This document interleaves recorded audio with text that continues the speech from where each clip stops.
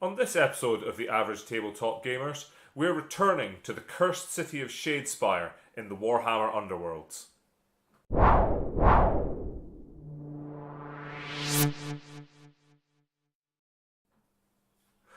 Hi there, I'm Ian. And I'm Lee. And in a follow-on to one of our previous episodes, we're now going to be taking a look at what you need to get playing in Games Workshops Shadespire. And we've got a table full of goodies to go through. We do have a table full of lovely goodies, don't we? It feels like some sort of cheesy quiz show type thing, doesn't it? Where you're like, I'm here and there and there. And at the risk of actually overwhelming you with how much we've got on the table, all you really need to play is this bad boy. Yeah.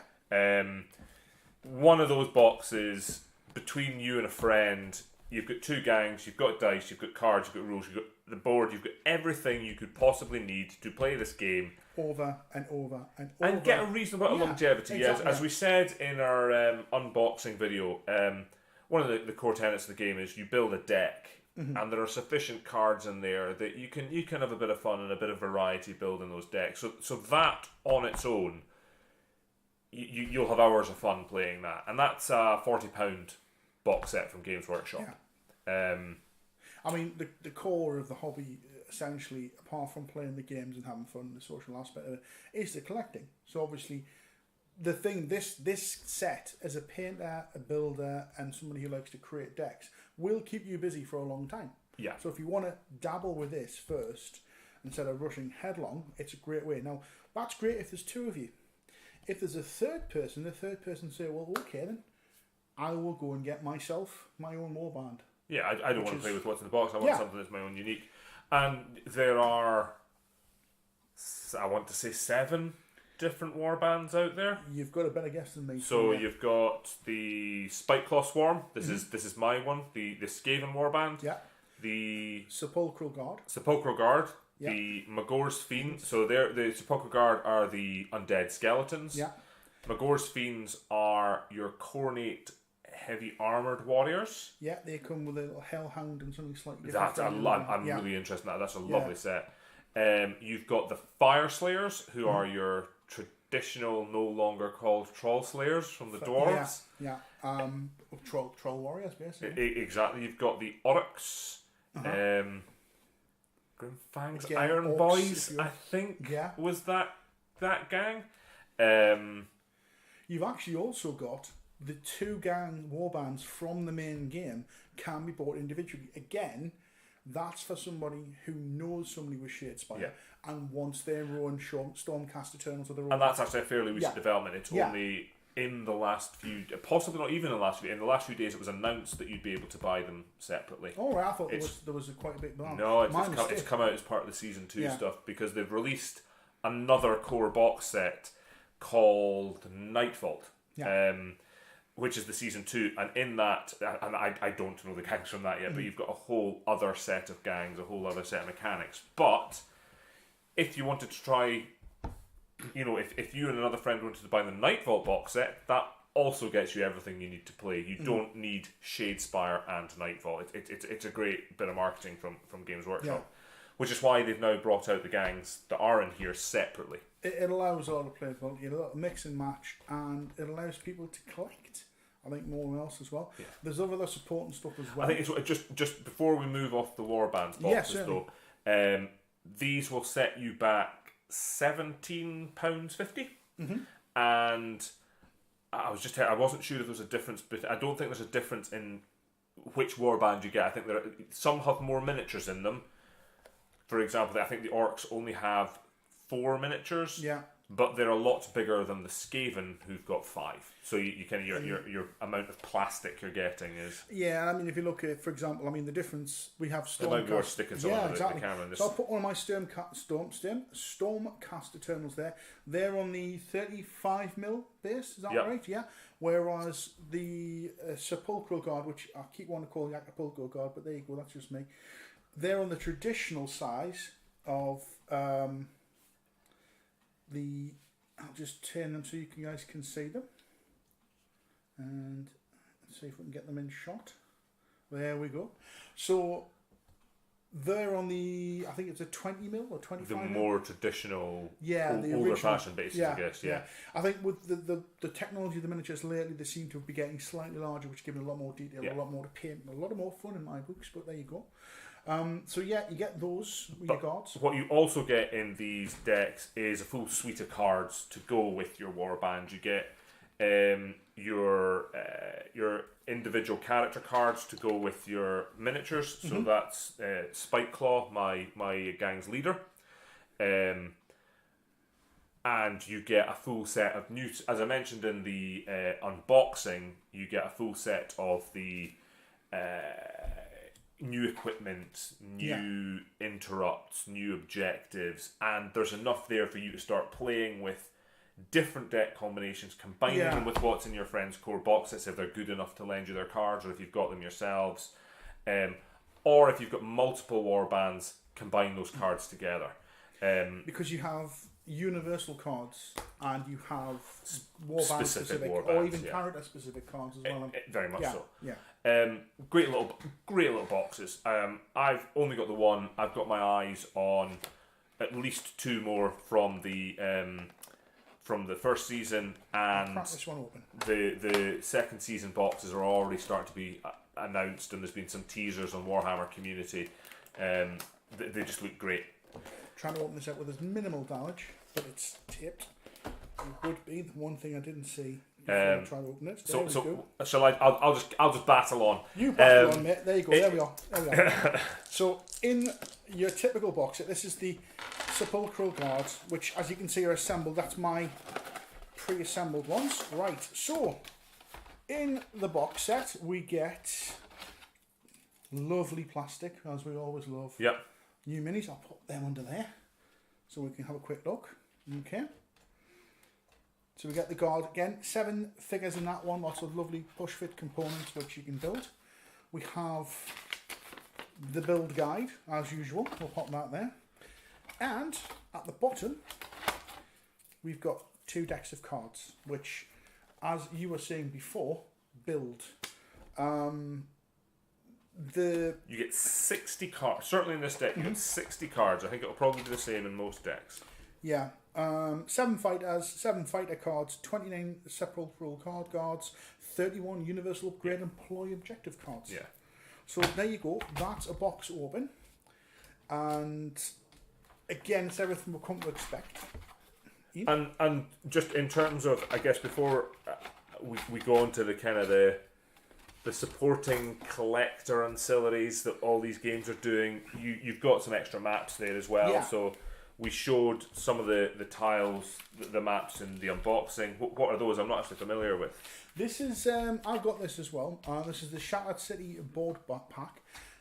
In this, you get, and this is taped, so I'm not going to open it, but I'll tell you what's in there. There are 2 boards. Yeah. Yeah.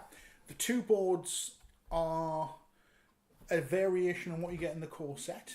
On top of that, and this is the important thing to remember, this bit of cardboard here, this what looks to be just a piece of packaging. Yeah. On the inside of that is new rules to add to the game. So there's the dangerous terrain. Yep. So there's new things where the counters, there's a couple of counters in there as well. And this will actually, or rather no, it's not counters, sorry, it's just there's marked hexes, which are dangerous. Yep. And this tells you how that interacts with the game. So this expands the game more. And I think what's smart is the Season 2, the Night Vault, I've been reading a little bit about it. It's already talking about, I think they've built those rules for dangerous terrain into the core rules that are in that Night Vault box set. It's a nice steady progression from the standard game to this. Yeah. And that's £20, was it, for the board pack? Yeah, it was around about that. That retails about that. And to be fair, it's just as good as the core set. It'll give you that extra dimension to the game. Yeah, and that would let you play if you've got friends who've got the core box, you've got a couple of other friends who've bought other gangs, you buy those boards, that's you able to play a 4-player game. On top of that, they've brought out the leaders cards, another box of cards. These, as the name suggests, these focus on the actual leaders in your warband. So I've got Spike Claw in mine. You've got Magor, who leads Magor's Fiends. You've got Gorik, who leads the orcs. And this just gives some more specific cards towards those characters and just beefing them up. So it's another way for you to reinforce what you've got and what you're building in your card decks, which is the side of the game I love, having played sort of Magic the Gathering for years. And that's a little deck of cards, that's £10, which for these days, it's in a nice sturdy little box. You've got another 60 cards in there. No, it's not an outrageous cost. You know what I mean? I mean, they're good cards. They add to your game. There's something that's going to be used over and over and over. Yeah, exactly. And again, I mean, the thing is, the beauty of this game is its communal nature. It's the fact that we've actually played this when we were learning the game. We'll touch about how we get on to that in a minute, but we actually had 2 boards and we had 4 of us playing, and we all had a different gang. We all had slightly different cards. So we're in a situation where if there's a group of you, you can trade, you can swap stuff, and you can enrich each other's sort of war bands just by saying, well, look, I've got the leader's deck. If everybody kicks in a couple of pound, we'll all share it with leaders. Yeah. And so I've got to go back to one of the gangs I forgot, the Far Striders, who were the Stormcast Eternals with bolt thrower pistols. They're definitely not taken from 40k. They're their own thing. There was no influences there at all. In terms of the other, as Gary likes to say, gaming crack, every warband, when it's released, it has its own custom set of dice. So if you just pop those underneath, there's an attack and a defense one. Then we can see lots of different variations, and obviously you can see the whole lot together. Just arrange them lovely and pretty. And there we go. And I don't know in a cynical way or how I feel about it. I clearly didn't feel too bad because I bought them. The only difference between the different dice sets is the colour. There's no different symbols, there's no nothing. It is just you have your own dice set that matches the colour of your gang. And that's important to me, if I'm honest. I think the thing is, when you look at a lot of games these days, you do get dice in the box, you do get specific things in the box. But if you look at Wow or a Lad, that sort of scenario, traditionally people have always wanted their own dice. They've always had their own little, even though they're not superstitious about their dice, the colour of the dice, it's their part of their army, they've taken the time to do it. And they're rightfully superstitious about your dice. You should be superstitious about your dice. Well, exactly, yes. I mean, I wouldn't read too much into it, but, And to be honest, a pack of dice, it's... I mean, what have I got there? 8 dice? 8 dice, yeah. It's £6, which is about what you pay for a box of dice in your friendly roleplay or gaming store. Mm-hmm. They're pretty nice as well. I mean, they're really well they're gem dice. They feel good. They're not just sort of... They're etched. They're I forget the word I'm looking for. Engraved. Yeah, they're engraved, and the plastic they're made of it's robust. I mean, I can remember that type of plastic I first seen on a dice in Adeptus Titanicus around about 25-30 years ago, and it just seemed indestructible. Yeah. Where you do buy some dice for normal gaming purposes, and they seem to chip sometimes, or they don't seem to have the same sort of balance. But no, so dice crack, and for those of you who've watched a few of our videos, it's all the symbols I know to expect. I don't have any Skaven specific symbols on here that I'm trying to guess what they mean, which is another positive one for me. You could even just buy the colour based on the colour of the dice that you like, rather than the fact that they officiate with your warband. Exactly. Yeah. And I guess the final one, and the nice little supportive items are... as it's a card game, card sleeves. So these comes in packs specific to the individual gangs. I think that's Garrick's Reavers you've put underneath there, is it? Yeah, Garrick's Reavers.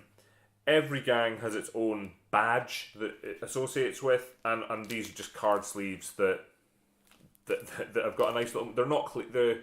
The ones for your characters are clear, because your characters are double-sided cards. Yeah. But for everything else, they've got a nice little image on the back. 36 sleeves. This one seems to have 37, 39. I think it's obviously each sleeve pack is dedicated to each. Yeah, so I'm reading Magor's. So that's got 36 because Magor's Fiends only has 4 characters in it. Yeah. Whereas these guys got 7. So and so on. The extra the extra cards go for your. It's dependent on how many miniatures you have cards for. And why would you want extra plastic as well? Exactly. And the card sleeves are £5 a packet, which perfectly reasonable, keeps your cards fresh. I took a bit of time to get used to sleeves when I was doing Magic, and then once I started using them, I was a real convert. I think it just the feel of actually kind of beefs it out. It makes it a bit more robust. You know, it protects the cards. It is an investment, and I think at the same time, though, it does mean that the cards will last out a lot longer. Exactly. And you know, they do basically protect against spillages and drops on the floor and all sorts. So yeah. So, in terms of what you need to get playing and grow your hobby and get your friends playing and all being able to do something a bit different, that's some of the stuff that's currently out there. It's a system that is only growing. We're soon to go into season 2 with the Night Vault. Another 7 gangs, if I'm reading the sort of the teaser stuff correctly. They've already shown the miniatures for the, and I'm sure people will be correcting me, the Tzeentch gang. Tzeentch, however you pronounce it. And the Magic Chaos guys. They look brilliant. They've got the Night Goblins who have squigs. The basically, see, that's the thing. That was the beauty of the old school and the new school Warhammer. It's sort of everybody identifies with an army because of it. They just feel either they're silly and they enjoy it, or the Night Goblins have always been around. I know that Stephen is a big fan of the Night Goblins, and he used to love like the squigs and the silliness and all that sort of stuff. And I think that's, like you say, all you need is this. However, the inspiration when you say, but I want one of them as well.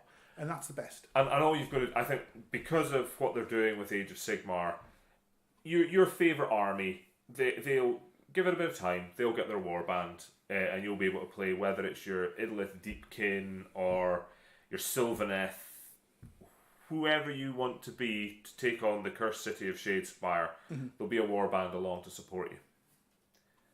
So I think that's it for this. I mean, for this get playing. Enjoy it.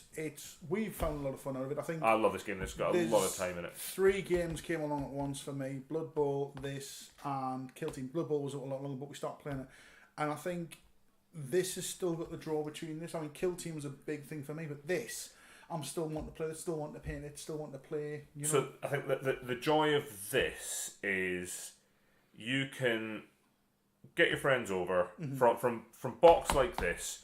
You can be up playing and finished and packed away again within an hour. Yeah, takes about 45 minutes to learn as well. Yeah.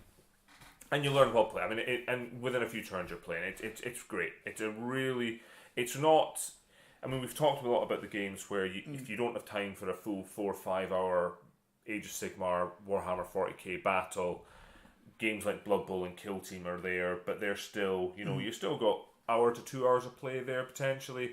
This is you're under an hour if you're wanting to play that, and it's a smart little board game. I love it. I think it's great. And for a group of friends getting together on a night time for a couple of hours, it means that 4 of you can sit at a table, swap seats, and have 2 games. Go on, brilliant.